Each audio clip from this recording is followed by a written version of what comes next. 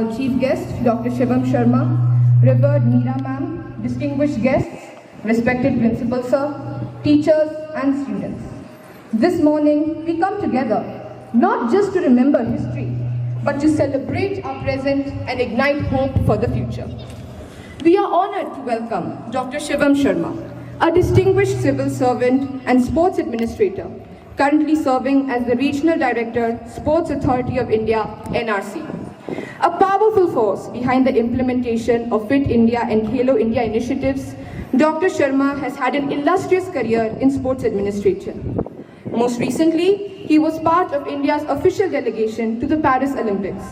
A law graduate from Aligarh, Dr. Sharma cleared the UPSC Civil Services examination in 2011 with an impressive All India rank of 445 and joined the Indian Railway Traffic Service. During his tenure in various leadership roles, he was credited with curbing organized corruption, revamping key railway infrastructure, and improving the punctuality of train services. A passionate sportsperson who played cricket at the club and university levels, Dr. Sharma joined the Sports Authority of India in February 2023 on deputation. Before that, he served as the director of the National Institute of Sports Patiala, where he oversaw national training camps in kabaddi, boxing, athletics, and weightlifting. And he also held the role of the Chief Operating Officer at the National Center of Excellence, Patiala. We are privileged to have you among us today, sir. I request everyone to kindly be ready as we proceed to hoist our national flag, the symbol of our pride, unity, and sacrifice. I request our respected Principal, sir, to escort our Honorable Chief Guest and esteemed guests to hoist the flag.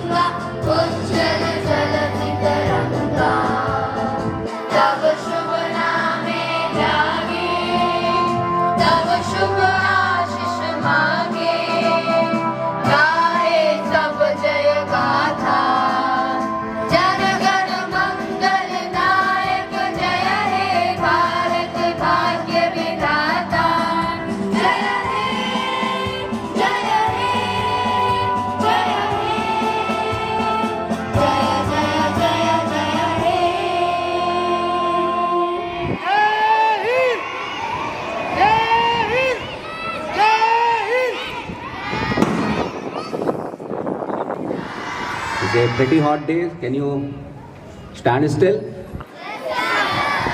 If you feel sick, then there is a medical camp for you, okay? But I think since you've worked on a sports ground for years now, so you're fitter enough to stand today's rigor. Respected Dr. Shivam Sharma, thank you so much for accepting this invite at a very close, I would call, notice. Meera ma'am and our board of trustees, parents, students, and the staff. As we inch year by year towards the 100th anniversary of India, our independence, it becomes even more important to reflect not just on how far we have come, but on where we are headed. Let us take a moment to reflect in 1905. On this very day, the 7th August, today we celebrate as National Handloom Day. It was this day that Swadeshi movement started. If you have read history, you'll know about it. It wasn't about textiles. It marked the rise of a movement rooted in self-reliance, courage, and conviction that finally shaped the tone for freedom in 1947. The movement shaped not just our politics, but culture and collective identity. Today, when we look around our society, we see visual fragmentation, there is disappointment, a sense of aimlessness, people at loggerheads with themselves. Many seem to be in a mad rush, but towards what? Even they don't seem to know. As educators and parents, we are constantly asking, what should our children aspire to become? What you should aspire to become? Do you want to become a businessman, a civil servant, engineer, startup founder? The list is endless. But perhaps the question is longer. It's not about what you should become, but how you should live. What you should create, and for whom you should create. What kind of people you should lead or be led with. Just as Swadesi movement sparked a collective call in action, today we must ask ourselves, what will spark our children's awakening, your awakening? How you will shape the world of tomorrow? Will you follow rituals, secure a life, and stop there? Or will you think today to think beyond ourselves, yourselves, question norms, and shape the future? Do you want to trail the beaten path or walk into uncharted territories? Do you want to be followers or trailblazers, movers or thinkers? Today, I leave you to think about it, and when you're at modern school, think what you're going to do tomorrow. Not just follow what exists or what is not visible to you. Have a good day. Keep shining. Thank you. Invite our esteemed chief guest, Dr. Shivam Sharma, to address the gathering with his words of inspiration on Independence Day. Thank you.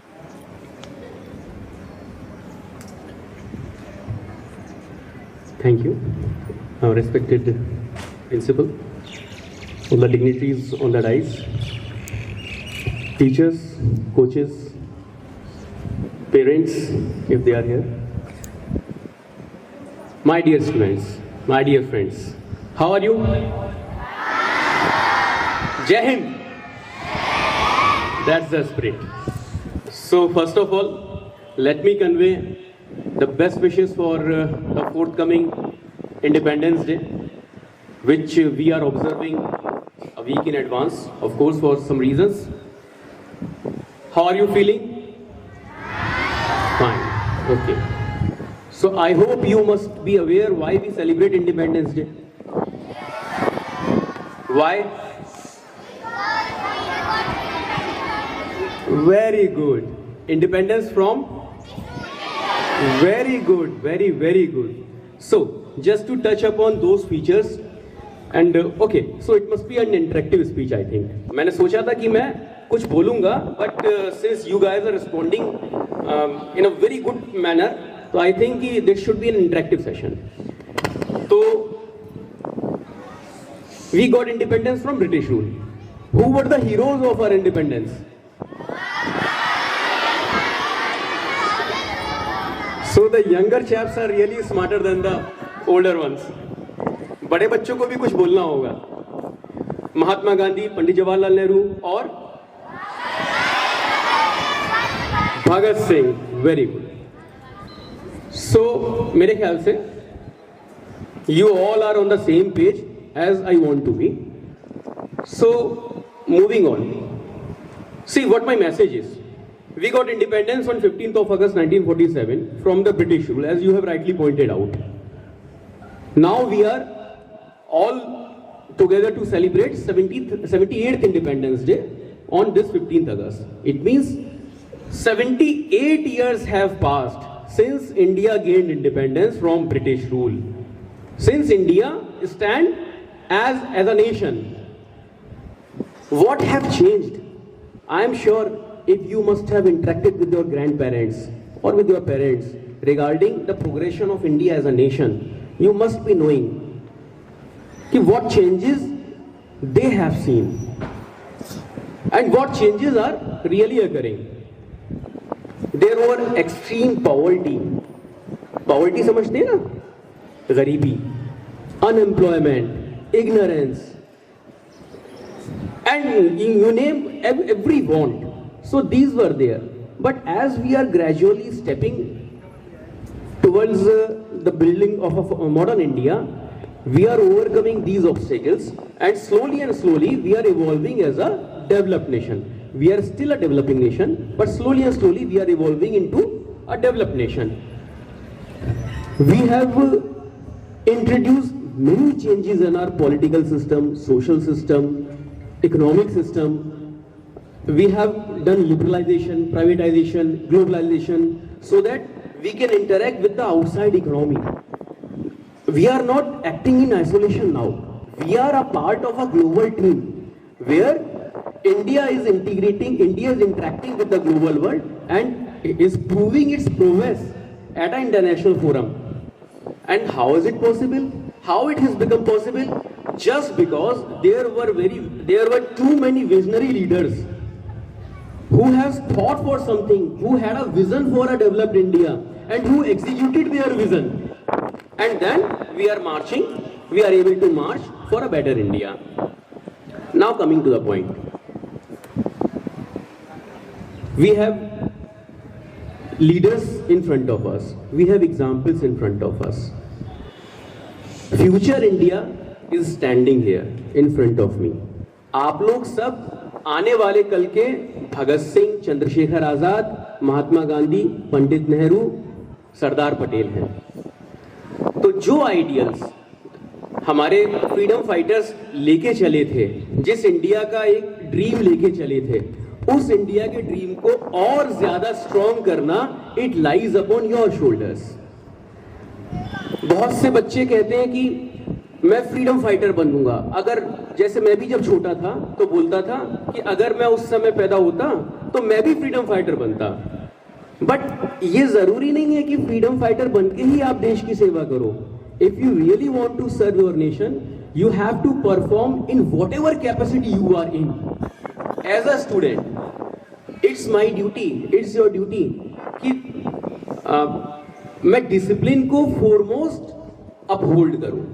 मैं अपनी classes regular जाऊं, अपना class work time पे पूरा करूं, अपना homework time पे पूरा करूं, और अपने जो एग्जाम्स मेरे हो रहे हैं उसकी तैयारी में अच्छे से करूं। इसके साथ ही साथ physical activities, I am glad to know कि इतना you all were waiting for such a long period, and I really apologize कि मैं थोड़ा सा लेट हो गया, but it stands testimony to your fitness. आप लोग you are fit enough to wait and to organize such a beautiful event. तो हमें फिट रहना है, हमें पढ़ना भी है, हमें पढ़ाई के साथ साथ खेलना भी है और खेलने के साथ साथ पढ़ना भी है। This is what my message is on this Independence Day. बहुत से बच्चे ऐसे होते हैं जिन्हें लगता है कि अगर हम पढ़ेंगे तो हम खेल नहीं पाएंगे और अगर हम खेलेंगे तो हम पढ़ नहीं पाएंगे। तो please remember, this is my humble request to the teaching fraternity also to imbibe these spirits कि it's the education and sports fitness, they are the two wheels of a same card. They can go along and they will go along together in together. तो बच्चों, I'll not take much of your time because I can see from here that some of you are feeling uncomfortable in this scorching heat. तो एक बार फिर से मैं आप लोगों को बहुत सारी blessings, बहुत सारी congratulations, बहुत सारी शुभकामनाएं देता हूं, और whenever possible I will request principal sir कि बच्चों का एक visit हमारे इंस्टीट्यूट में बनाएं, और it would be really grateful for us also, और बच्चों के लिए भी it would be a great learning opportunity. They will be definitely inspired by seeing the stalwarts practicing over there, or I'll be happy to welcome all of you at my institute, Sports Authority of India. Lot of blessings to you. Thank you. Jai Hind.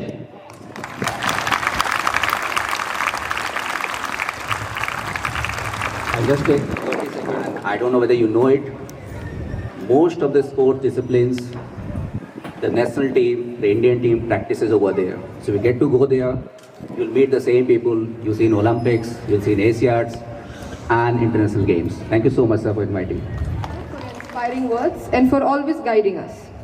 Now, I request that the gathering disperse in an orderly manner. Jai Hind.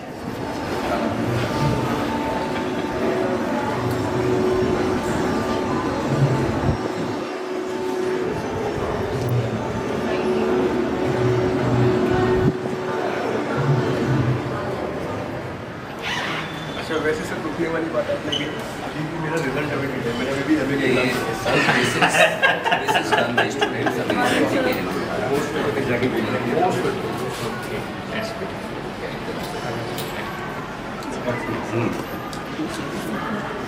बच्चे again back swing back आप एक ठीक करो, वो नहीं करते।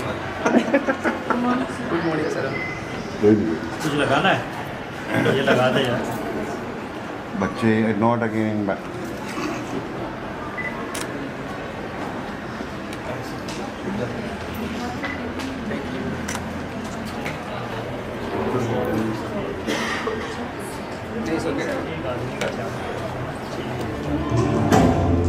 Where the mind is without where words come out from the depth of truth, where the clear stream of reason has not lost its way into the dreary sand of habit, where the mind is led forward by thee into ever-widening thought and action, into that Guest Dr. Shivam Sharma, Honorable Meera Malhotra ma'am, distinguished guests, respected principal sir, cherished parents, teachers, and my dear friends.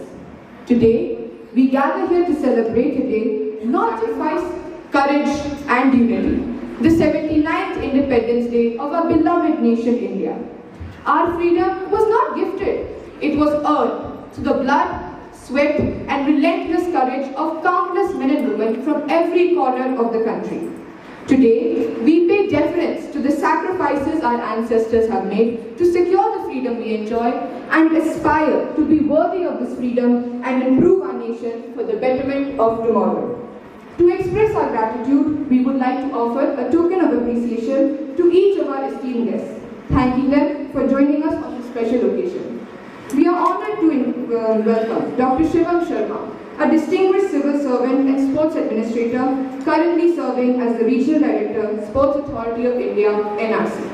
A powerful force behind the implementation of Fit India and Khelo India initiatives, Dr. Sharma has had an illustrious career in sports administration. Most recently, he was part of India's official delegation to the Paris Olympics.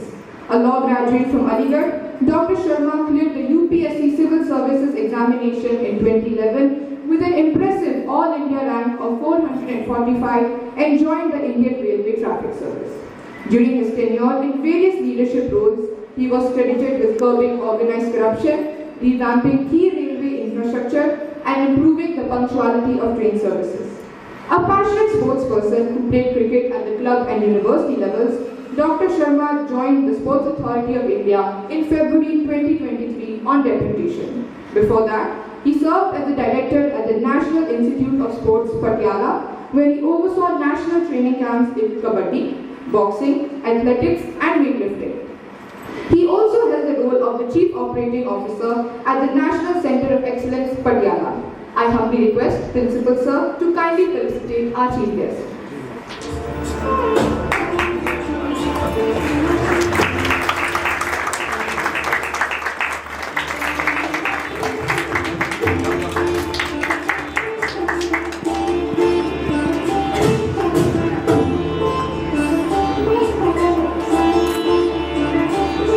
Thank you, sir. Please give them a huge round of applause. Thank you, sir.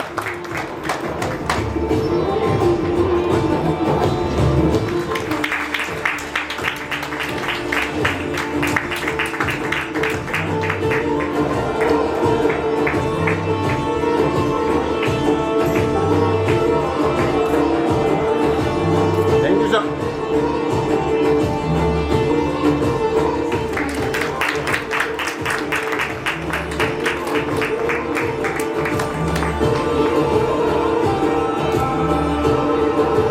Thank you, sir. our distinguished chief guest, respected Meera ma'am, to kindly come forward for the lamp lighting ceremony, a symbol of wisdom.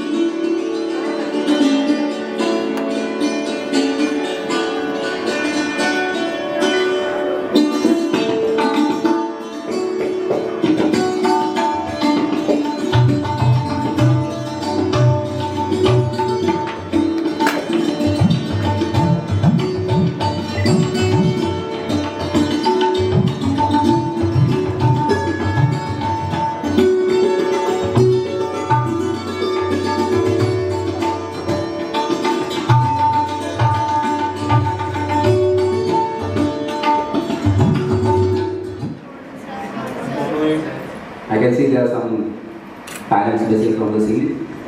So we have taken attendance. We are going to write an email to you. Good morning, Chief Guest, Dr. Shivam Sarma. I am very thankful that he has kindly consented to be with us. They have already read his profile, and his joining today with us is in line with what we want to do with our kids. We want them to be fitter, healthier, happier, be able to lead their own lives happily, and also guide the society. At the cost of repeating myself, I would repeat the speech that I gave this morning during flag hoisting. Once again, warm welcome to the school. Meera ma'am, our ever shining spirit, our board of trustees, A.K. sir, Ajay Goyal ji, who are the spine behind this school. The improvisers which help us run day-to-day affairs. Let us execute what we have in mind. As we inch year by year towards the 100th anniversary of our independence, it is very important to reflect not just how far we have come, but where we are headed. Today is our also National Handloom Day. Those of you who know, in 1905, the Swadeshi movement started. It was this very day, on 7th August. Why I mentioned that day? It wasn't about textiles. It wasn't about selling a product or creating an innovation. It was about self-reliance, courage, and conviction. This movement then shaped not our politics, but culture and collective identity under the British rule. Today, when we look around our society, we can see visual fragments. There are disappointments, the sense of aimlessness, people at loggerheads with themselves and with each other. Most of us seem to be mantras. For what, for where, to what end, we do not know ourselves. Now, as educators, as parents, as the principal of this school, with 1100 young kids at our disposal, the responsibility to shape them what exactly we want to do. What we want our children to aspire to become, what they should aspire to become. Do they want to become businessmen, civil servants, engineer, startup founder, what? But the question is longer. It's not about what they should become, but how they should live. Why they should create, or who should they should create, whom they should lead or be led by. Just as the Swadeshi movement sparked a collective call for action, today we must ask ourselves, what will spark our children's awakening? How they will shape the world of tomorrow? Will they follow rituals, traditions, cultures, secure a life for themselves and stop there? Or will we dare to think, they will dare to think beyond themselves, question norms, shape the future, create a world that people can live peacefully in for themselves and the rest of them as a society? Do we want them to trail the beaten path, or we want them to explore uncharted territories? Do we want them to become followers or trailblazers, movers or thinkers? Today is a reflective movement. On our Independence Day, we secured 79 years ago. I leave this podium for you to think, for us to think as a society, as collective people on a very small part of this planet. Today's presentation is also about similar thoughts, but the first thing we tried, as we try to create more opportunities for our students, this is performed by class 80 students, no exceptions, no matter how good they are at drama or singing or acting, they got to be on the stage. So sit back, enjoy it, and I hope you'll appreciate the efforts that go in. Thank you very much. Have a nice day. Celebrate the 78th Independence Day of our nation, we present a vibrant cultural program by our students which captures the essence of who we are, not just as individuals but as a nation. Sanskriti or culture is the soul of India, which binds us together across languages, religions, and regions. Yet, in a rapidly modernizing world, our understanding of freedom and culture is changing. And for many of us in this generation, freedom is often mistaken for convenience. This is why we must rest, reflect, and reconnect and remind ourselves of the true meaning of freedom, where our Sanskriti plays a vital role. Through a blend of soulful singing, expressive dance, and a thought-provoking play, this program aims to highlight this growing concern, the disconnection of today's younger generation from our cultural roots and the sacrifices made for our freedom. In the words of Mahatma Gandhi, a nation's culture lies in the heart and the soul of its people. Let this celebration serve as a gentle reminder that our Sanskriti is not just a thing of the past, it is a living legacy, meant to be understood, cherished, and carried forward. So, we are honored to present to you Sanskriti, a journey of realization of the self and the nation.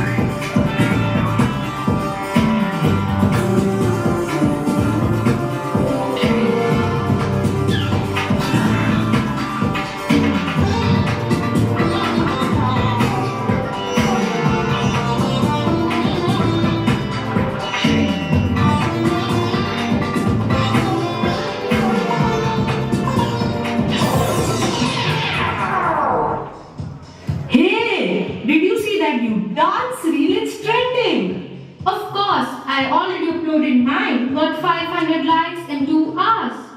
Guys, freedom means no rules and no limits. Just chill, enjoy, and ignore the world. Oh my god, look at her. Is she from some village drama? Who wears that in 2025? Is it some costume competition?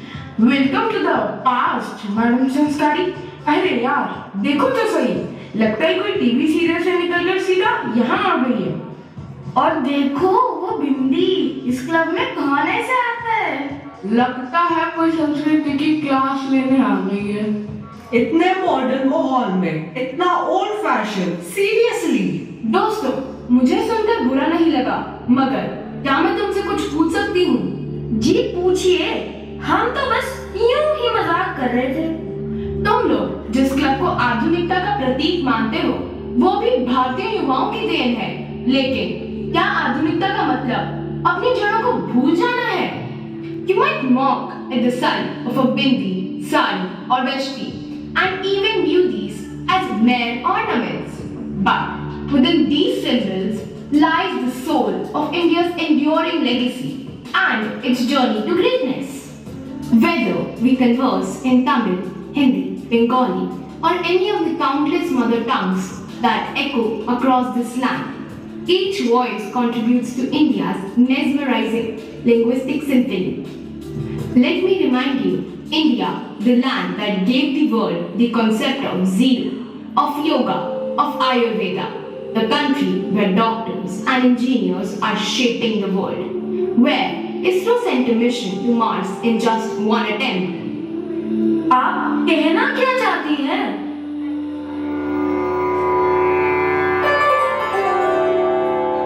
We may wear saris, suits or jeans. We may speak Hindi, English or Tamil, but our identity is not in what we wear. In fact, there is no singular way to look Indian or sound Indian because India's diversity is by design, but our essence runs deeper than outward appearances. It is reflected in our values, our hospitality, our curiosity, and the way we honor our origins. It is in how we think, empathize, and create, how we treat others, and how proud we are from where we come. So stand tall, not by imitating others, but by embracing your roots and rising with your own wings. That is the real India.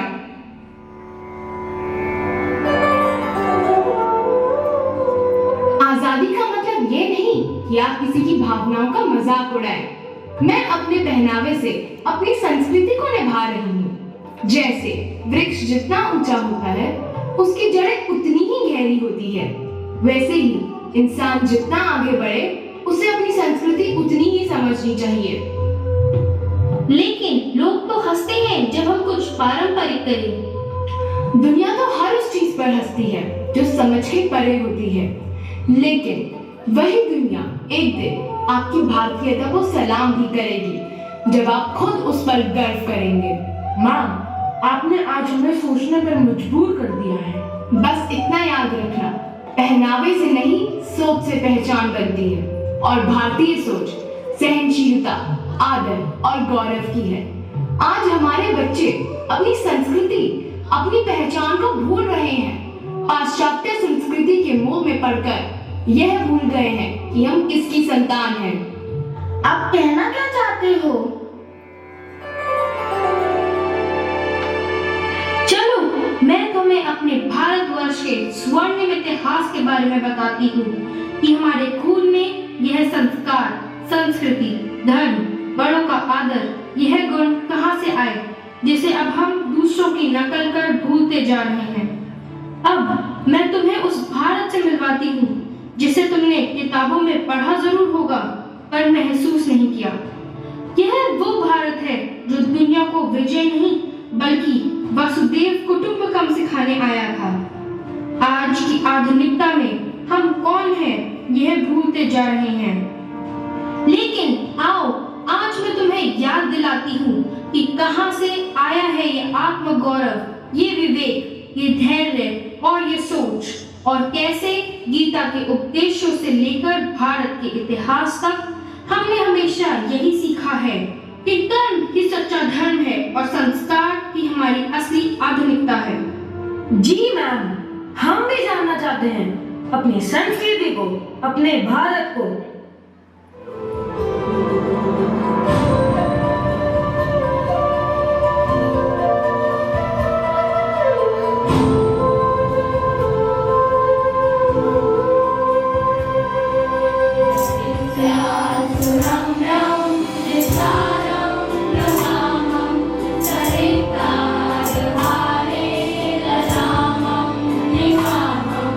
Himati, Radhate,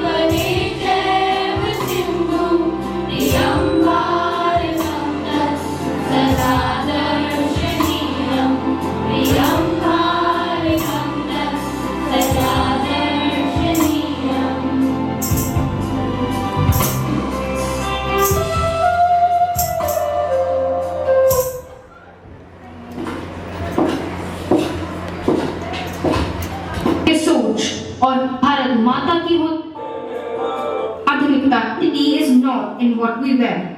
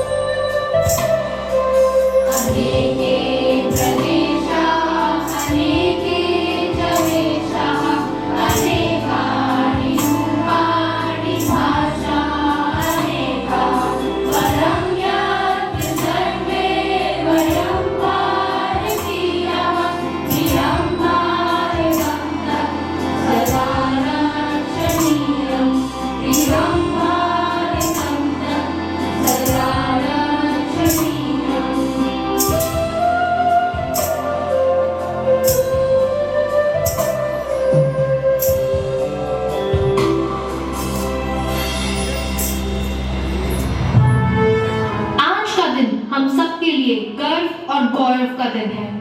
आज हम सभी भारत के स्वतंत्रता दिवस के पावन अवसर पर यहाँ एकत्रित हुए हैं। यह दिन केवल एक तिथि नहीं, यह हमारे बलिदानों की गाथा, संघर्षों की कहानी और आजादी की जीत का प्रतीक है। जब भी बात भारत माता की होती है तो हमारे दिलों में तिरंगे की शान लहराने लगती है। हम उन वीरों को याद करते हैं जिन्होंने हंसते हंसते इस मिट्टी के लिए प्राण न्यौछावर कर दिए। भगत सिंह, सुभाष चंद्र बोस, रानी लक्ष्मीबाई, महात्मा गांधी और अनगिनत नाम, जिनकी बदौलत आज हम आजाद हैं। आज के दिन हम सिर्फ जश्न नहीं मनाते, हम यह भी याद करते हैं कि आजादी के साथ जिम्मेदारी भी आती है। हमें अपने कर्तव्यों को समझना है, अपने देश को शिक्षित, सुरक्षित और समृद्ध बनाना है। मैं भारत हूँ, मैं वतन हूँ, वीरों की ये धरती हूँ। लाठी लेकर गांधी निकले, जय जवान की ललकार बनी। अंग्रेजों की जंजीरें टूटी, जब आजादी तलवार बनी। ना भूलो बलिदान उन वीरों का जो मिट गए इस धरा पे।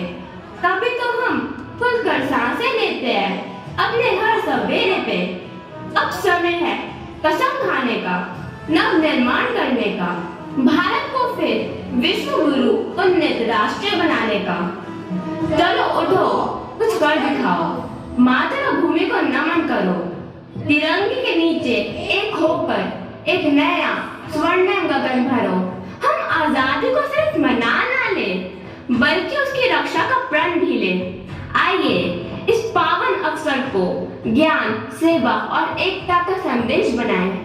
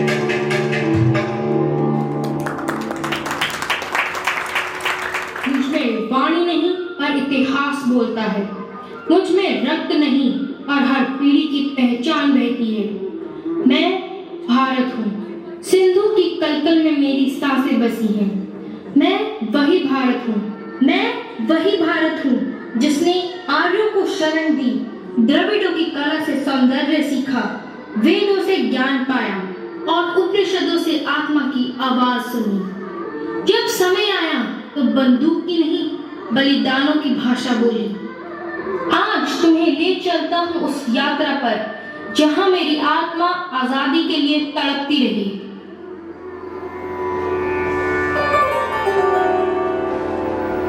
मैं हूँ द्रविड़, भारत की सबसे प्राचीन सभ्यता का प्रतीक। जब आर्य आए, मैं पहले से इस धरती पर था। मैंने नगर बसाए, खेती की, भाषा और कला को जन्म दिया। मेरे लिए समाज था एक परिवार, बिना किसी ऊंच नीच के। लेकिन समय बदला और समाज में धीरे धीरे वर्ग बने, पर मेरे मूल में हर इंसान बराबर था। मैंने ज्ञान को सीमित नहीं किया, उसे बांटा और भारतीय संस्कृति को समृद्ध किया। मिट्टी के बर्तनों से लेकर मंदिरों की मूर्तियों तक मैं आज भी जीवित हूँ। दक्षिण की भाषाओं, संगीत और मंदिरों की भव्यता में भारत की आत्मा का एक पुराना लेकिन अटूट हिस्सा हूँ मैं।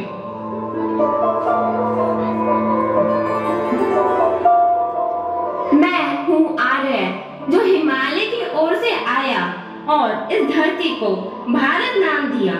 मैं वेदों का ज्ञान लाया, यज्ञ, विज्ञान और भाषा की परंपरा स्थापित की, समाज को संगठित किया।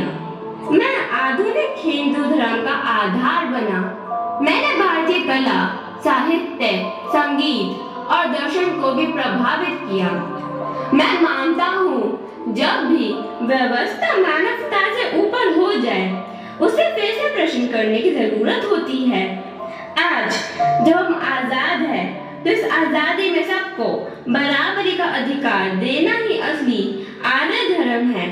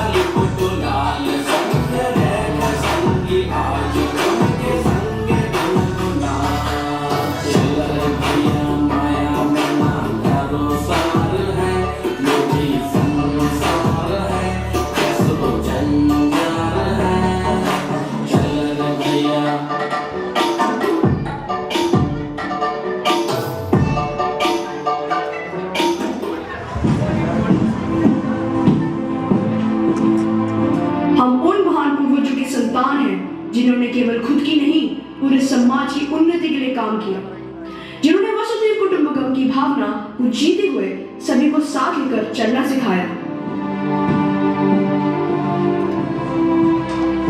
जिन्होंने अपने कर्म, अपने ज्ञान और अपने विवेक से भारतवर्ष को दिशा दी और भारत को ही नहीं संपूर्ण मानवता को एक संस्कृति, एक दर्शन और एक जीवन मूल्य दिया।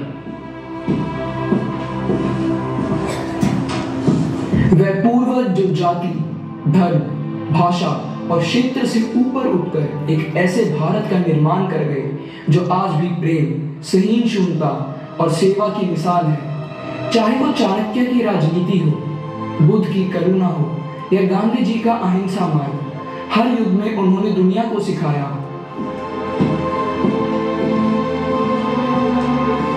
कि सच्ची शक्ति तलवार में नहीं सेवा में है और सच्चा विकास तब होता है जब सबको साथ लेकर चला जाए। कि हम ना केवल इस महान विरासत को संभालेंगे बल्कि आने वाली पीढ़ियों तक गर्व से पहुंचाएंगे। अन्याय के आगे सिर नहीं झुकाया और जिन्होंने हमें भी यही सिखाया, चाहे कितनी भी कठिनाई आए, चाहे कितनी ही बड़ी चुनौती सामने खड़ी हो, अगर हमारे भीतर सच्चाई, साहस और मातृभूमि के प्रति प्रेम है तो हम कभी नहीं झुकेंगे। सत्य के मार्ग पर डटे रहो, कभी मत झुको, कभी मत डरो। आज हमें भी अपने जीवन में यही आदर्श अपनाना है, केवल शारीरिक रूप से नहीं बल्कि अपने विचारों में, अपने स्वाभिमान में, अपने कर्म में। हमें कभी किसी गलत बात के आगे नहीं झुकना है। पर प्रश्न यह उठता है कि हमारी यह पुण्य भूमि, वीर भूमि एवं धन धान्य से भरपूर भूमि हो, पर इन सब न्याय के आगे सिर्फ मात्र पारस्परिक वैमनस्य के कारण आज फिर से आवश्यकता है वही साहस दिखाने की जो उन वीरों ने दिखाई जिन्होंने आजादी के रंग से भारत मां को रंगा।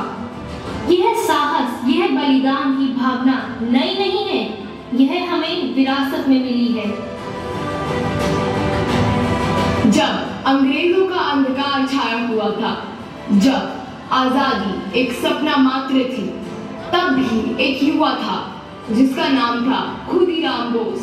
सिर्फ 18 साल का था वो, लेकिन दिल में थी आग अन्याय के खिलाफ, सीने में तड़प थी आजादी की और हाथों में थी क्रांति की मशाल।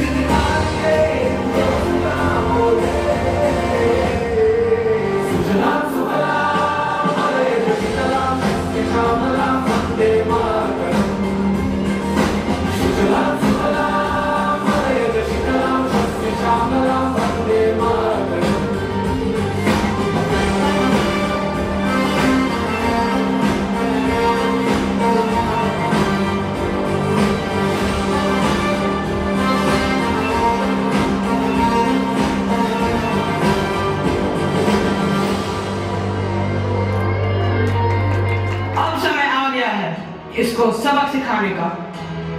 मैं जाऊंगा, मुझे मौका दीजिए। देश के लिए जान देना मेरे लिए गर्व की बात होगी। तू तो अभी बच्चा है खुदीराम। देश के लिए लड़ने की कोई उम्र नहीं होती। मुझे भी मेरा भाग्य लिखना है आजादी के नाम।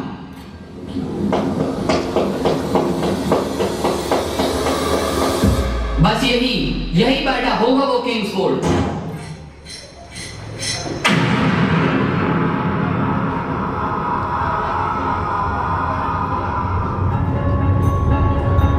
ये रहा वो किशोर जिसने ब्रिटिश अफसर पर बम फेंका है। खुदीराम बोस, तुम पर हद तक आरोप है, कोई पछतावा है? पछतावा सिर्फ इसी बात का है कि मेरा निशाना चूक गया, लेकिन अगर मुझे फिर मौका मिले तो फिर वही करूंगा देश के लिए। खुदीराम बोस, क्या तुम मानते हो कि तुमने ये किया है? हाँ, मैंने किया है, क्योंकि वो इस देश की आजादी का गला घोट रहा था। तुम्हें अपनी उम्र का जरा भी ख्याल नहीं? अभी तो तुम केवल 18 साल की हो। क्या तुम्हें अपने किए पर कोई पछतावा नहीं? पछतावा उन्हें होता है जो स्वार्थ के लिए जीते हैं। मैं तो देश के लिए मरा हूँ और ये मेरा सौभाग्य है। फांसी की सजा सुनकर भी तुम डरते नहीं? मरकर भी अगर मेरा खून भारत की जमीन को सींचे तो इससे बड़ी पूजा कोई नहीं। 18 साल का ये किशोर जब सब इस उम्र में सपने देखते हैं, इसने देश के लिए मृत्यु को गले लगा लिया। माँ ने कहा था बलिदान देना पड़ता है। माँ, मैं आ रहा हूँ, पर आजाद भारत में फिर जन्म लूंगा। 18 साल का बच्चा मौत को मुस्कान के साथ गले लगाता है। क्या आज हम वैसे साहसी हैं?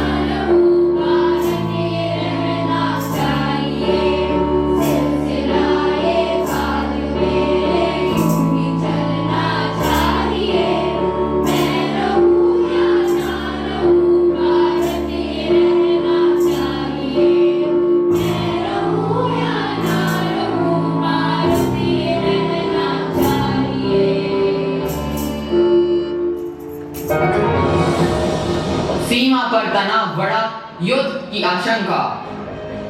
अरे सुनो, न्यूज़ सुनो। न्यूज नाइट में सबसे पहले बात करते हैं ऑपरेशन सिंदूर की। इस तरह से यह ऑपरेशन चला और क्या कुछ रहा। साथ ही बताएंगे भारत के शौर्य और पराक्रम की गाथा। देह शिवा बर मोहे इहे, शुभ कर मन ते कभू ना डरो। ना डरो अरीसो जब जाए लड़ो, निश्चय कर अपनी जीत करो। जी हाँ, शुक्रवार की रात से लेकर शनिवार की दोपहर तक भारतीय सेना ने इस शौर्य पराक्रम का परिचय दिया, जिसके लिए वह पूरी दुनिया में जानी जाती है। ऑपरेशन सिंदूर का संदेश पाकिस्तान को मिला और उसे पूरी दुनिया ने भी गौर से सुना कि नया भारत अब शांत नहीं है, नया भारत अब जवाब देना जानता है। यहीं से एक बड़ी खबर आ रही है कि देश भर में 27 एयरपोर्ट बंद कर दिए गए हैं। जी हाँ, 27 एयरपोर्ट बंद कर दिए गए हैं। अगर युद्ध हुआ तो छुट्टी ही छुट्टी, कोई पढ़ाई नहीं, कोई स्कूल नहीं, सिर्फ मस्ती। हाँ, सोशल मीडिया पर वॉर फ्रेंड्स डालेंगे जैसे फिल्मों में होते हैं। देशभक्ति, धमाका, फायरिंग। बस एक रील बना लूंगा देश के नाम फायर इमोजी के साथ। तुम्हें लगता है युद्ध कोई फिल्म है? वहाँ गोली चलती है तो इंसान गिरता है, रील नहीं बनती, लाशें बनती हैं। तुम्हारे मामा सेना में हैं और वो हर रात सरहद पर अपने प्राणों की बाजी लगाते हैं। बिल्कुल सही कहा तुम्हारी माँ ने। युद्ध कोई गेम नहीं, ना ही कोई ट्रेंड। जब सरहद पर जवान खड़ा होता है तो वह अपने माँ बाप, सपनों और भविष्य को पीछे छोड़कर देश के लिए जीता है। तुम्हारे मोबाइल में जब नो नेटवर्क आता है तो तुम घबरा जाते हो। सैनिकों के पास कभी सिग्नल नहीं होता है, फिर भी हर दिन परिवार से दूर रहकर हम सबकी सुरक्षा करते हैं। बच्चों, तुम लड़ाई को मस्ती समझ रहे हो। जिस युद्ध की बात तुम खेल की तरह कर रहे हो, वहाँ हमारे वीर सपूत गोलियों की बारिश में खड़े हैं। वो छुट्टियां नहीं, जिम्मेदारी निभा रहे हैं। वो अपने घर, परिवार, यहाँ तक कि अपने बच्चों से दूर हैं ताकि तुम सुरक्षित रहो। कोई जवान तो ऐसे हैं जिन्होंने अपने बच्चों को जन्म लेते हुए नहीं देखा है। माँ की गोद से दूर हैं, पर फिर भी देश को माँ मानकर उसकी रक्षा कर रहे हैं। दादाजी, हमें माफ कीजिए। हमें अब समझ आया है कि हमारी आजादी के पीछे कितनी कुर्बानियां हैं। भारतीय सेना सिर्फ सीमा पर नहीं, हमारे दिलों में भी है। वो हमारे असली हीरो हैं।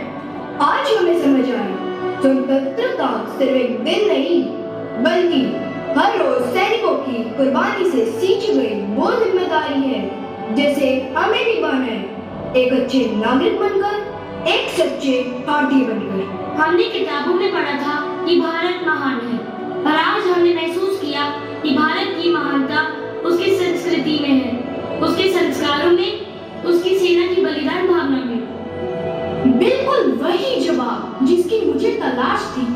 देश तभी महफूज रहेगा जब उसके बच्चे सिर्फ तमाशबीन नहीं, सच्चे सैनिक बनेंगे। बच्चों, समय तुम्हारा है। शक्ति, सेवा और समर्पण ही तुम्हारा धर्म है।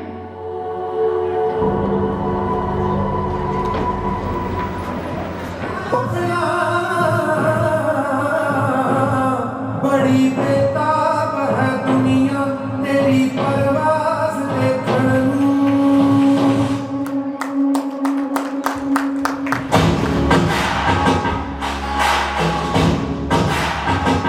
करे ते तीर देखण नूं ते सिर ते ताज देखण नूं। करे ते तीर देखण नूं ते सिर ते ताज देखण नूं।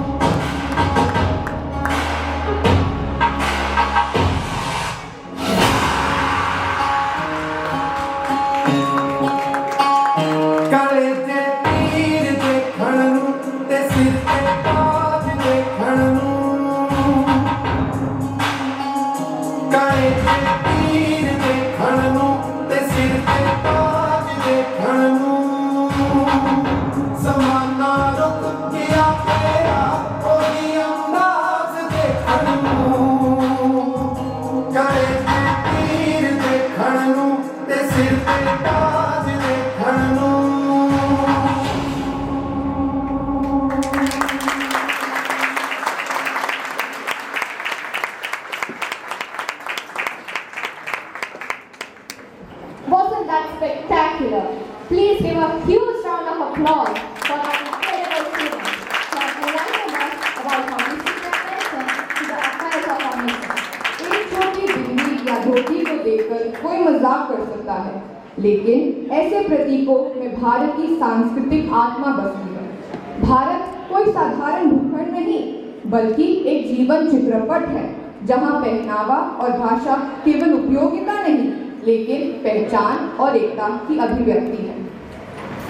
Now I request our respected Principal Sir, our esteemed Chief Guest, members of the Board of Trustees, Modern School and Cultural Head Ritu Ma'am to kindly come on stage to join our model knights who made this celebration a grand success for a group photograph, a moment to capture the spirit, teamwork and joy of this special day.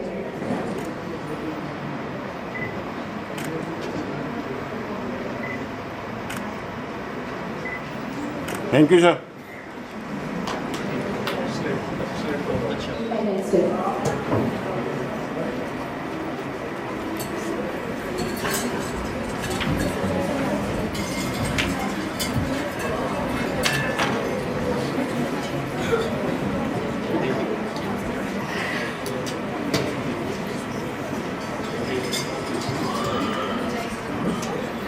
Thank you, listeners.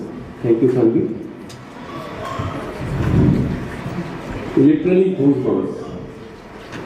और मुझे नहीं पता कि इतनी अच्छी, इतनी throbbing performance के बाद मैं कोई स्पीच देने की पोजीशन में हूँ या नहीं, but definitely I am really proud of you, really proud of you. My compliments, my best wishes.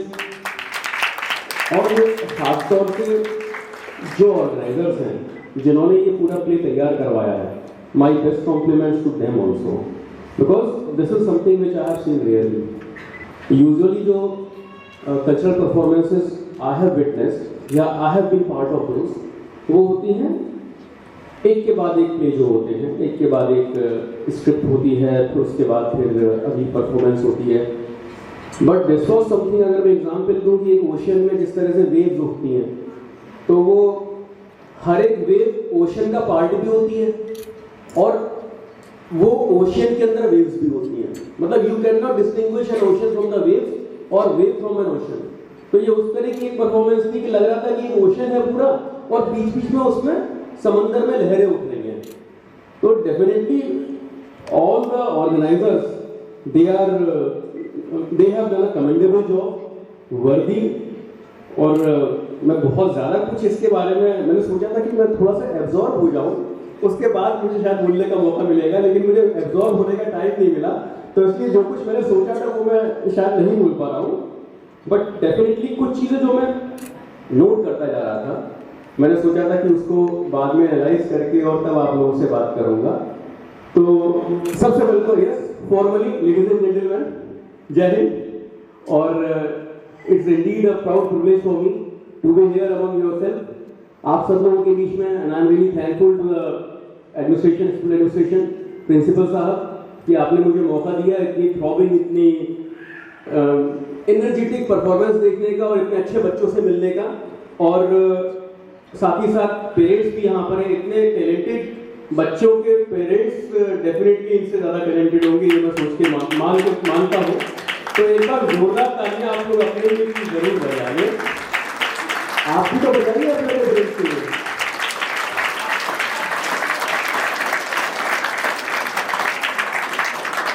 Thank you. अभी थोड़ी देर पहले मुझे एक ब्रीफ स्पीच देने का मौका मिला था, तो just carrying my thoughts forward. अभी we were discussing about freedom, struggle for independence day. तो डेफिनेटली कुछ सेट ऑफ ऑडियंस अलग है वहाँ से, तो I extend my heartful warm wishes for the forthcoming Independence Day, because we are celebrating this day as Independence Day in our school. My heartfelt congratulations, my best wishes. जो performances हुई हैं उसमें अगर देखा जाए तो किस तरह से एक माला में जैसे मोती पिरोते हैं, उस तरह से कल्चरल वैल्यूज को मॉडर्न वैल्यूज के साथ पिरोया गया है। वो चीज़ बहुत ही अच्छी और बहुत ही प्रशंसनीय थी। जैसे बीच में अभी थोड़ी देर पहले मैंने अपनी स्पीच में लिबरलाइजेशन, प्राइवेटाइजेशन, ग्लोबलाइजेशन की बात करी थी कि we are in the era of globalisation. हमें आज़ादी तो मिल गई थी, we got freedom in 1947, but after 75 or 78 years of independence, where do we stand now? How much have we progress या व्हाट वी हैव अचीव, उसकी जब बात करते हैं तो definitely from those dark streets of poverty and ignorance, from today's limelight of globalisation, liberalisation, IT hub, software boom and what not, सब चीज़ें अभी अच्छी ही रोजी चीज़ें चल रही हैं। उसके पीछे एक बहुत बड़ी लंबी जद्दोजहद है, बहुत सारी उसके पीछे मेहनत है लोगों की। और खासतौर से जो एक बात सबसे ज़्यादा मुतासर कर रही है, सबसे ज़्यादा इन्फ्लुएंस कर रही है, वो है कि हम ग्लोबलाइजेशन की बात कर रहे हैं, लेकिन साथ ही साथ इस परफॉर्मेंस में एक कोर इंडियन वैल्यू की बात निकल के आई, Vasudev कुटुंबकम। Although we are talking about globalization, but still India enriches its values, जो हमारी ट्रेडिशनल वैल्यूज हैं, अतिथि देवो भव और वासुदेव कुटुंबकम। आई होप आप लोगों ने परफॉर्म किया था। You all are aware of the concept of वासुदेव कुटुंबकम। Very good. तो डेफिनेटली, और I am proud to state कि ये जो वासुदेव कुटुंबकम की फिलॉसफी है, दुनिया इसको एक्सेप्ट कर रही है। आजकल आई डोंट नो कितने लोगों ने नाम सुना हो, पहले मूवमेंट जो था वो ग्लोबलाइजेशन की तरफ था, अब मूवमेंट ग्लोबल विलेज की तरफ है। कि दुनिया क्या है? दुनिया का ग्लोबल विलेज। विलेज में क्या होता है? जो ट्रेडिशनल हमारी परंपराएं होती हैं, वननेस की, आपसी संबंधों की, वो परंपराएं, वो चीजें, वो आत्मीयताएं ग्लोबल लेवल तक हम पहुंचाने में सक्षम हो रहे हैं। तो this is what our India stands today in the world, where we stand today. हम लोगों को आज़ादी मिली, आज़ादी के बाद जो हम लोगों ने काम किया, वो डेफिनेटली आज हम लोग वर्ल्ड को लीड कर रहे हैं। न सिर्फ अपने हार्ड पावर में चीज़ें आती हैं, मिलिट्री प्रोग्रेस आता है, इकोनॉमिक चीज़ें आती हैं, बल्कि अपनी सॉफ्ट पावर्स में भी। एक बहुत अच्छी चीज़ जो परफॉर्मेंस में मुझे देखने को मिली, आप लोगों ने आर्य धर्म को, एक स्टेटमेंट आया था बीच में, किसी बच्चे ने दिया था, आर्य धर्म को आप लोगों ने फंडामेंटल ड्यूटीज और फंडामेंटल राइट्स से लिंक करा था। तो इट शोज कि you guys understand the true meaning of freedom, the true meaning of our core values of socialism, secularism, fundamentalism, fundamental duties. तो दैट वाज डेफिनेटली प्रेजवर्दी। बीच में जिस तरह से परफॉर्मेंस हुई थी और बात सोशल इक्विटी की आई थी, सोशल इक्वलिटी की आई थी, that was also worth praising. तो कहने का मतलब ये है कि you all stole the show. और माँ ने कहा था बलिदान देना पड़ता है। अब मैं अपनी असली बात पे आता हूँ। अभी तो ये भूमिका बना रहा था, मैंने प्रिंसिपल साहब से रिक्वेस्ट करी थी कि सर मैं पेरेंट्स को और बच्चों को थोड़ा सा एड्रेस करना चाहूँगा। कुछ चीज़ें हैं जो मेरे मन में है, वो मैं कहना चाहूँगा, क्योंकि मैं भी पेरेंट हूँ, 2 बच्चे हैं मेरे, और मैं उनको भी कोशिश करता हूँ, और मेरे भी पेरेंट्स ने मुझे कुछ अपनी बातें दी हैं, कुछ संस्कार दिए थे। तो ये किसका स्टेटमेंट था कि माँ ने कहा था बलिदान लेने पड़ते हैं? किसने बोला था ये? Who acted upon it? अब नहीं पता हो गया, हाँ? चलो कोई बात नहीं, ये this is not an interview going on. ये खुदीराम बोस वाला जो एक्ट था, उसमें एक बच्चे ने एक्ट किया था इसमें कि माँ ने कहा था बलिदान देना पड़ता है। डेफिनेटली ये चीज़ सिर्फ और सिर्फ फ्रीडम स्ट्रगल तक लिमिटेड नहीं है, या ऐसा नहीं है कि जो लोग सरहद पर, बॉर्डर्स पर देश की सुरक्षा कर रहे हैं सिर्फ उनके लिए ये चीज़ है, बलिदान देना पड़ता है। वी ऑल आर इंडियंस, और मॉडर्न इंडिया को बनाने के लिए, मॉडर्न इंडिया को इंडियन नेशन के तौर पर और आगे ले जाने के लिए, द कॉन्सेप्ट वांट सैक्रिफाइसेस सिर्फ और सिर्फ मिलिट्री से नहीं, सिर्फ और सिर्फ आर्म फोर्सेस से नहीं, सैक्रिफाइसेस सबसे। We all direly need sacrifices. तो यहाँ पर मैं सबसे पहले बच्चों से ही वो मुखातिब होऊंगा कि बेटा ये जरूरी नहीं है कि आप एक बहुत अच्छे आर्मी मैन बन के, या एक पॉलिटिशियन बन के, या फिर एक वहाँ जाके पुलिस में, या इन सब से ही देश की सेवा कर सको। आप जहाँ पर हो ना, आपने अगर वो काम बहुत अच्छे से कर लिया तो वो देश की सेवा है। बहुत से लोग करते हैं कि हम जंग में जाएंगे, हम काश हम इस फ्रीडम, जैसे मैं भी छोटा था तो मेरे मन में अक्सर आता था कि काश मैं उस समय पैदा हुआ होता जब हिंदुस्तान की आज़ादी की जंग चल रही थी, तो शायद मैं भी उस जंग का हिस्सा हो जाता। ये बात हम करते तो हैं, लेकिन कई बार छोटी छोटी चीज़ें होती हैं, जैसे हम खाना खाते हैं, कुछ बाहर कहीं पार्टी में गए हुए हैं और लिया और कचरा वहीं का वहीं फेंक दिया। हम लोग ये भूल जाते हैं कि जिस जगह हमने वो कचरा फेंका है वो भी उसी हिंदुस्तान का पार्ट है, वो भी वही हिंदुस्तान है जिस हिंदुस्तान को हम रक्षा करने के लिए नारेबाजी करते हैं। तो हम लोगों की सबकी ड्यूटी इतनी है कि जिस हिंदुस्तान की जिम्मेदारी हमें मिली है, आपका जो स्कूल प्रीमाइसेस है ये आपका हिंदुस्तान है और आपकी जो क्लासेस हैं वो आपका हिंदुस्तान है। तो उसको हम डिलीजेंटली अच्छे से परफॉर्म कर लें, हम लोग डिसिप्लिन में अपने क्लासेस कर लें, हम लोगों को जो टास्क दिए गए हैं वो चीज़ डिलीजेंटली एफिशिएंटली परफॉर्म कर लें, वो हमारी देश के प्रति सबसे अच्छी ड्यूटी है आज की। अब आज के परिवेश में, आज के बाद आप लोग 2 साल बाद, 3 साल बाद, 5 साल बाद, 10 साल बाद कहाँ पर जाते हैं, आपके कैरियर पास किस तरह से डिफाइन होते हैं, दैट्स अ डिफरेंट इशू।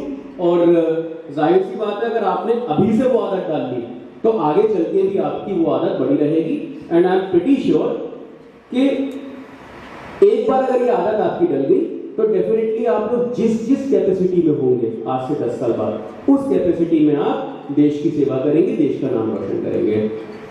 खासतौर से मेरी पेरेंट्स से गुजारिश है, कई बार होता है बच्चों के एग्जाम्स हैं और या फिर बच्चा पढ़ रहा है या बच्चों की कुछ होता है, हमारी भी पार्टी है, हमें कहीं जाना है, ये सेक्रीफाइस मांगता है। अगर आपको बच्चे को वाकई में कहीं बनाना है, कुछ बनाना है, एक जिम्मेदार नागरिक बनाना है और एक आपने ड्रीम देखा हुआ है बच्चे के लिए, तो वो सेक्रीफाइस ये आपको करना पड़ेगा। आपको अपनी पार्टीज या फिर अपने कुछ कमिटमेंट्स वो छोड़ने पड़ेंगे और इस तरह का कुछ आपको अपना टाइम मैनेजमेंट जरूर करना पड़ेगा कि बच्चा आपकी प्राथमिकता में, आपकी प्रायोरिटी में रहे।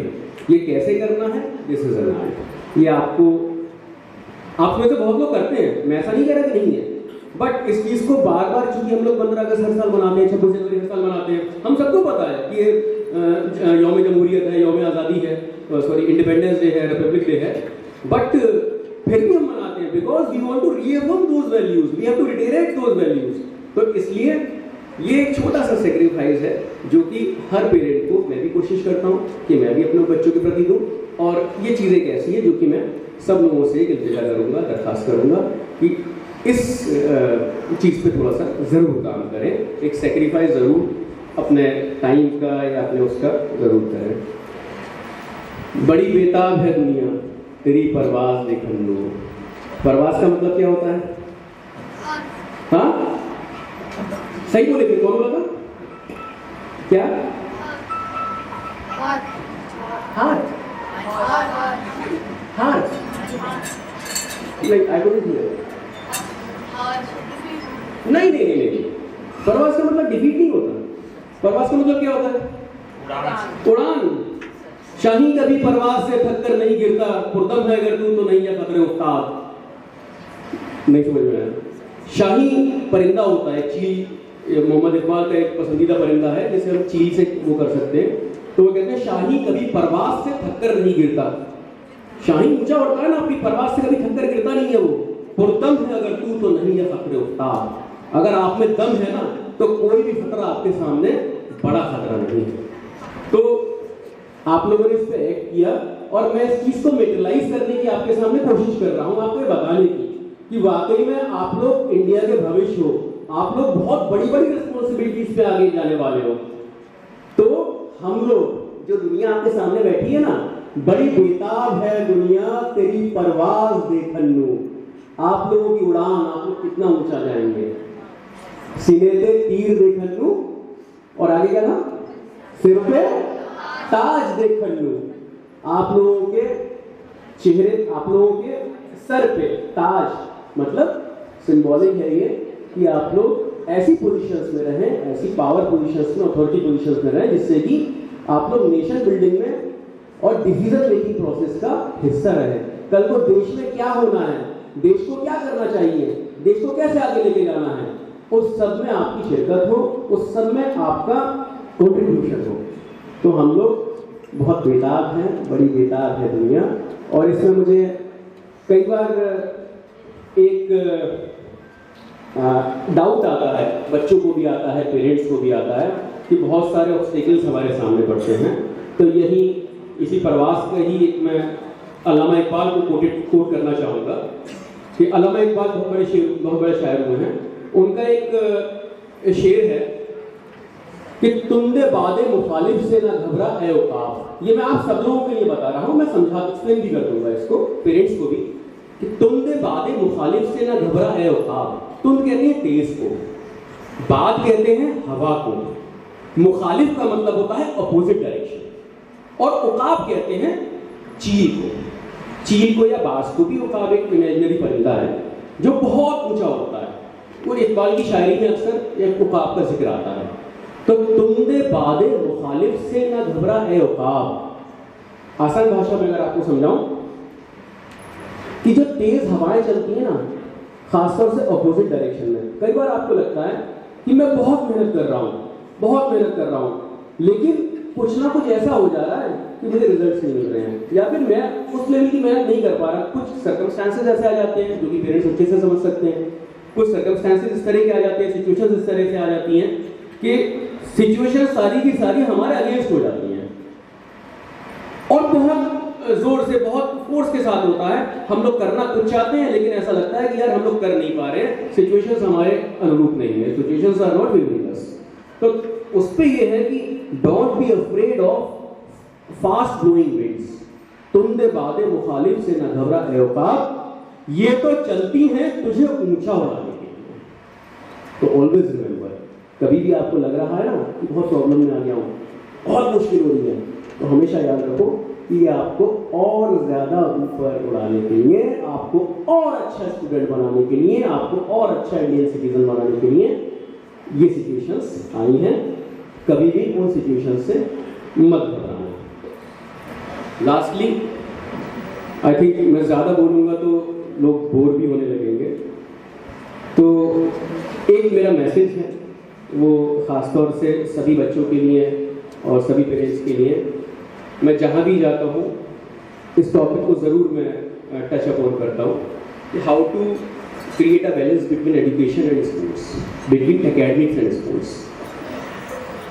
There are many parents who think कि अगर स्पोर्ट्स में बच्चे का ज़्यादा ध्यान हो जाएगा तो कहीं ना कहीं उसकी एजुकेशन सफ़र हो जाएगी, एकेडमिक सफ़र हो जाएगा। एजुकेशन नहीं देना चाहिए, बिकॉज एजुकेशन के कंपोनेंट दोनों हैं। स्पोर्ट भी एजुकेशन का कंपोनेंट है और एकेडमिक्स भी एजुकेशन का ही कंपोनेंट है। तो एजुकेशन बिना स्पोर्ट्स के और बिना एकेडमिक्स के पूरी नहीं हो सकती। अगर कोई बच्चा खेलने में अच्छा नहीं है और सिर्फ बुकिश है तो वो भी बात गलत है, और कोई बच्चा सिर्फ और सिर्फ खेल ही रहा है, पढ़ नहीं रहा है, वो भी गलत है। ऐसे एग्जाम्पल्स हैं, चूंकि I am heading the countries most prestigious institute of sports, Football Authority of India. I am fortunate enough to head that institute of Northern Regional Circuit. And I have seen umpteen students, umpteen athletes who are excelling both in academics as well as in sports.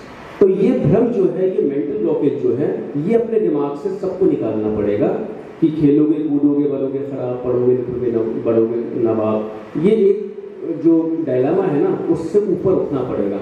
और अब जो concept है वो है खेलोगे, कूदोगे, वो पढ़ोगे, लिखोगे, बनोगे नवाब, खेलोगे, कूदोगे, बनोगे लाजवाब। तो आपको दोनों चीजें साथ साथ लेके चलनी पड़ेंगी।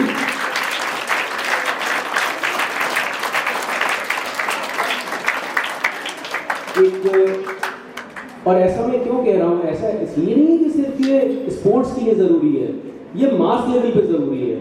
ये बच्चे सिर्फ बच्चे नहीं है, ये इंडिया है, आगे आने वाला इंडिया है। एंड वी वांट कि हमारा इंडिया जो हो वो फ्री फ्रॉम डिजीजेज हो।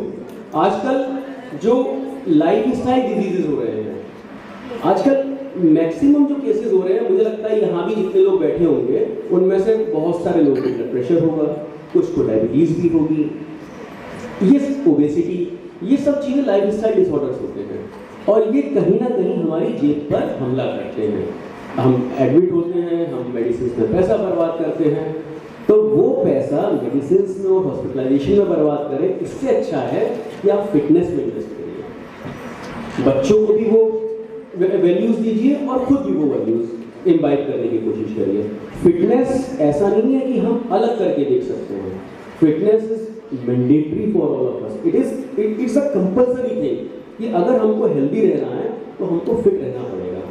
और एक बात शायद आप में से बहुत लोगों को पता हो कि we are aspiring to host Olympic games in 2036। 2036 में India is all set to host Olympics. 2036 में जो ओलंपियंस होंगे हमारे, वो एथलीट्स आज कहाँ हैं? डेफिनेटली वो एथलीट्स आज स्कूल में। इन्हीं में से कोई हो सकता है कि 2036 को ओलंपिक्स में पार्टिसिपेट कर रहा हो। तो we have to inculcate Olympics values, para Olympic values, और अभी से उस चीज की तैयारी करनी होगी कि हमको इंडिया का रिप्रेजेंटेशन, इंडिया का मेडल टैली 2036 में जब हमारी सरजमीन पर ओलंपिक्स होंगे उसमें हमें बढ़ाना होगा। उसके लिए फिटनेस, फिट रहना, स्पोर्ट्स को करना, दैट इज मैंडेटरी। साथ ही साथ एजुकेशन के साथ साथ मैं ये नहीं कह रहा कि निगलेक्ट है, मैं बार बार यही कह रहा हूँ कि एकेडमिक्स और स्पोर्ट्स दे आर रेलगाड़ी के दो पहिए, सॉरी पटरी के दो, जो रेल की पटरी होती है ना, उसके दोनों साथ साथ चलते हैं, तो दोनों एक साथ चल सकते हैं और दोनों एक साथ चलते हैं। मैंने प्रिंसिपल सर से भी बात करी है और हम लोग एक इस तरह का प्लान कर रहे हैं कि जो बहुत आउटस्टैंडिंग स्पोर्ट्समैन हैं उनको हम यहाँ स्कूल में लेके आएंगे कभी, या फिर आप लोगों की विजिट करवाएंगे और उन लोगों से आपके इंटरेक्टिव सेशंस करवाएंगे, जिससे कि पेरेंट्स को जो मैं बता रहा हूँ उस बात में एतबार हो कि ऐसा ज़रूरी नहीं है कि बच्चा अगर खेलेगा तो पढ़ नहीं पाएगा या पढ़ेगा तो खेल नहीं पाएगा। ये मेरी आप सब लोगों से अपील है कि प्लीज़ इस डायरेक्शन में सोचिए और जो मेंटल ब्लॉकेड है उससे आगे निकलने की कोशिश करें। अपनी बात को ख़त्म करूँगा मैं एक छोटी सी स्टडी का हवाला है। अभी पेरिस ओलंपिक्स हुए हैं, पेरिस ओलंपिक्स में पेरिस ओलंपिक्स की स्टडी, टोक्यो ओलंपिक्स की स्टडी है मेरे पास, जो 2020 में हुए थे। उसमें मैक्सिमम जो मेडल विनर्स थे दे वर फ्रॉम यूएसए, और यूएसए से भी जो 101 मेडल थे शायद उनके, they were from universities. University of Michigan के लगभग 25-26 मेडल थे, यूनिवर्सिटी ऑफ कैलिफोर्निया के लगभग 14-15 मेडल्स थे। वो यूनिवर्सिटी से आ रहे थे, तो वो बच्चे यूनिवर्सिटी के बच्चे भी हैं और साथ ही साथ जो वर्ल्ड का the most prestigious sporting event है ओलंपिक, उसमें भी दे आर क्लियरली हायर। तो डेफिनेटली ये सब, इस सब के पीछे सिर्फ अपनी बात को पहुंचाने का मकसद ये था कि आप लोग बच्चों के होलिस्टिक डेवलपमेंट पे ध्यान दें। और मुझे बहुत अच्छा लग रहा है यहाँ आके, I am feeling really glad कि school is doing its commendable job. All praise to principal साहब एंड हिज टीम कि आप लोग बहुत अच्छा ये कर रहे हैं कि बच्चों के होलिस्टिक डेवलपमेंट पे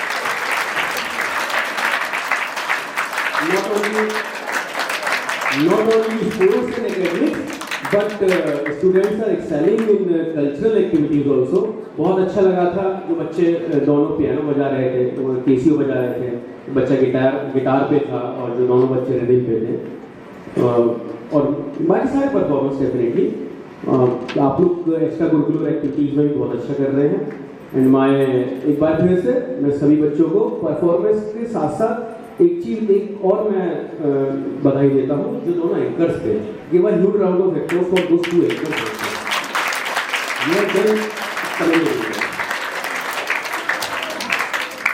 और एंकरिंग ऐसी चीज होती है जो पूरी की पूरी किसी भी अच्छे इवेंट को बांध भी सकती है और उसको खराब भी कर सकती है।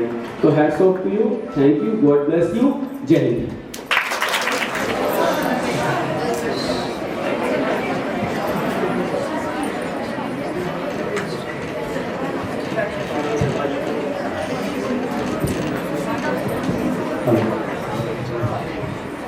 शिवम शर्मा जी को बड़ा धन्यवाद स्कूल के बच्चों के साथ इंटरेक्शन करने के लिए, और वर्ड ऑफ विजडम काफ़ी अच्छे शेयर किए।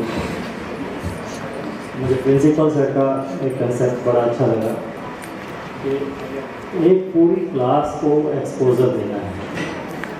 जनरली स्कूल्स डेपिक्ट करते हैं कि हम क्या हैं, इनका ध्यान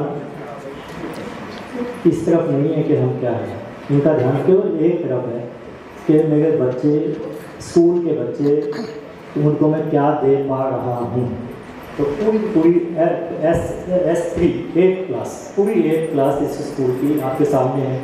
ज़रूरी नहीं कि लोग परफॉर्मर हैं या मानिए बहुत अच्छी, लेकिन फिर भी मुझे लगता है दे have done A commendable job. और प्रिंसिपल सर का ये जो विज़न है कि पूरे स्कूल के बच्चे, एक बच्चे को किसी भी फील्ड में, B it sports, theatres, singing, public speaking, सब एक्सपोजर देने के लिए प्रिंसिपल साहब बिल्कुल कमिटेड हैं।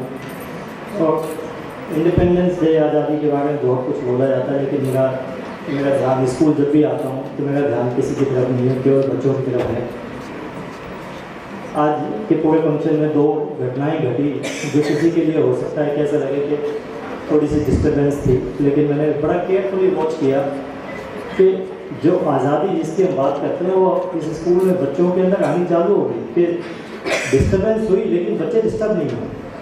और जहाँ से डिस्टर्बेंस हुई ना उनके मन में बेचैनी हुई, ना उन्होंने किसी टीचर की तरफ देखा, ना किसी का मतलब ये समझने मतलब कंफ्यूज नहीं हुए कि हमें क्या करना है। दे हैड द पेशेंस, धैर्य रखा, और जहाँ से बात खराब हुई और जहाँ से बात दोबारा शुरू करनी थी उस बात को उन्होंने अपने आप पिकअप कर लिया। सच्ची मायने में तो आज़ादी यही है कि हमारा एक एक बच्चा इस बात को समझ जाए कि हमें अपने आप को कैसे संभालना है। मेरे ख्याल से सारे पेरेंट्स इस बात से ज़रूर एग्री करेंगे कि हमें बच्चों को कौन सा CBSE का सिलेबस, कौन सा मैथमेटिक्स के मार्क्स, इन सबसे ज़्यादा इम्पोर्टेंट है कि हमारा बच्चा सही गलत का ज्ञान सीख जाए, स्ट्रॉन्ग हो जाए, और वो ज़िंदगी की कोई भी डिस्टर्बेंस अगर पैदा हो तो वो अपने आप को संभाल ले। मुझे लगता है एजुकेशन इससे ज़्यादा नहीं है, और यही हमारी असली आज़ादी भी है, क्योंकि जो बच्चा अपने आप को संभाल लेगा वो देश को भी संभाल लेगा, माँ बाप को भी संभाल लेगा, खुद को भी संभाल लेगा, दुनिया को भी संभाल लेगा। और मैं तो ये समझता हूँ कि आज़ादी के दिन मैं महात्मा गांधी, जवाहरलाल नेहरू, भगत सिंह, ठीक है एक पास्ट हो गया, लेकिन मेरा जो भविष्य है वो मेरे अपने बच्चे में ही तो है। और ये स्कूल कमिटेड है एक एक बच्चे को निखारने के लिए, विदाउट एस्पायरिंग फॉर कि ठीक है स्कूल के कितने नंबर आए, कितने टॉपर आए। हमें लगता है कि ये स्कूल, एक बात को आप पेरेंट्स को मैं ये बात ज़रूर कह दूँ, आज हाथों के अंदर हैं जो टीचर्स, जो स्टाफ, और हाईएस्ट लेवल के ऊपर आई एडमायर माय प्रिंसिपल कि आपका बच्चा ज़िंदगी के रेस में कभी पीछे नहीं छूटेगा। ये इस स्कूल की कमिटमेंट है। In order to deliver the vote of thanks on behalf of our school, we extend our heartfelt gratitude to our chief guest, Dr. Shivam Sharma, for gracing this occasion. We also sincerely thank our distinguished guests for their steady guidance. A special thanks to our respected principal sir, dedicated teachers, and supportive staff who work tirelessly behind the scenes to make this program a success. And lastly, a warm thank you to our dear audience for being such an encouraging presence. Thank you.